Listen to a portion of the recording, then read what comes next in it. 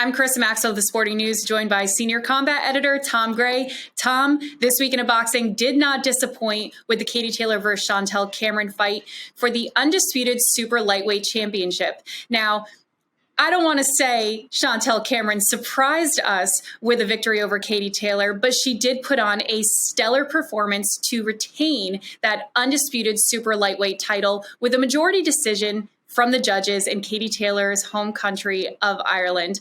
Now, aside from Katie Taylor losing for the first time in her career and losing that undefeated status, it also impacted the Sporting News top 5 pound-for-pound women's rankings. Previously, before the fight, we had Clarissa Shields at number 1, followed by Katie Taylor, Amanda Serrano, Chantelle Cameron, and Alicia Baumgartner.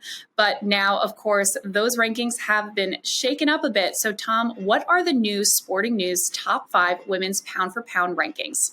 Okay, and at number 1 is still Clarissa Shields at the moment. Number 2 is Chantelle Cameron. Chantelle essentially replaces Katie Taylor in the number 2 spot. That's as high as she's ever been. Number 3 is Amanda Serrano. Sorry, number 3 is Katie Taylor, my bad. And number 4 is Amanda Serrano. Number 5, Alicia Baumgartner. Now, you stumbled a little bit. Poor Amanda Serrano, she gets bumped down, even though she had nothing to do with this fight other than not taking the fight because of injury. She was supposed to be the original opponent against Katie Taylor. So will these rankings potentially change again when this rematch happens, Katie Taylor versus Amanda Serrano? But even more importantly, when Amanda Serrano has her upcoming fight that is not against Katie Taylor, but it is going to be another fight under her belt before that rematch.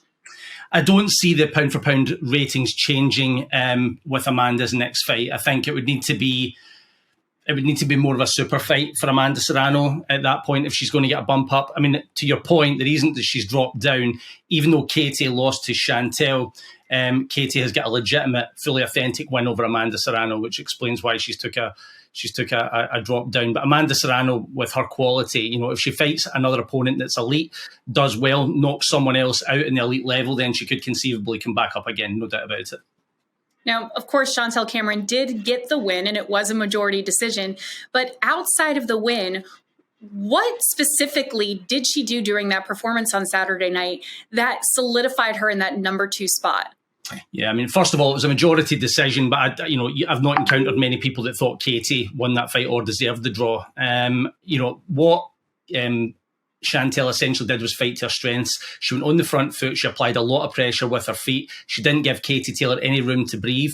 If Katie did score, Chantelle walked right through it. So, and just got off the harder, cleaner shots, but I also thought her variety was better. She went to the body. She was mixing in uppercuts. She was doing so many things intelligent. It was a brilliant game plan. She really displayed her ring IQ. Well, it was definitely an incredible performance, and I am sure Chantelle Cameron is living on a high right now, knowing that she was the one to defeat the queen of boxing herself, Katie Taylor. It's really exciting to see where her career is going to go from here and how those pound-for-pound rankings could continue to change as more fights are made. Tom, thank you so much. For more, check out sportingnews.com for our complete list of the women's pound-for-pound rankings, plus other articles and stories and recaps coming out of the Katie Taylor versus Chantelle Cameron fight for undisputed super lightweight title.